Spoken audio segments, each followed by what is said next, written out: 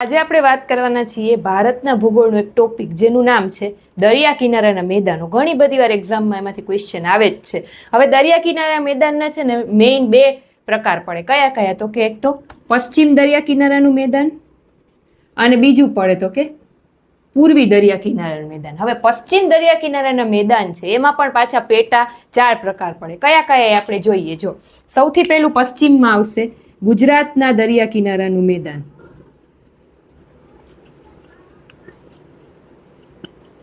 પછી ત્યાર પછી આવશે કર્ણાટકના દરિયા કિનારાનું મેદાન. હવે આ જે કર્ણાટકના દરિયા કિનારાનું મેદાન છે એને કહેવાય છે કન્નડ તટ.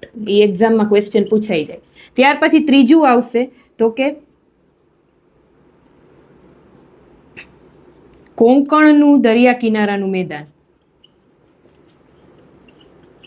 અને લાસ્ટમાં આવશે તો કે કેરળ, જેને કહેવાય છે માલાબારનું દરિયા કિનારાનું મેદાન. આ પશ્ચિમ દરિયા કિનારાના મેદાનના 4 પ્રકાર. હવે પૂર્વીના આપણે જોઈએ તો પૂર્વીમાં સૌથી પહેલું આવશે તો કે તમિલનાડુનું દરિયા કિનારાનું મેદાન, જેને કયો તટ કહેવાય છે તો કે કોરોમંડલ તટ. આ જો તટ વિશે પૂછાય છે ઘણીવાર એક્ઝામમાં.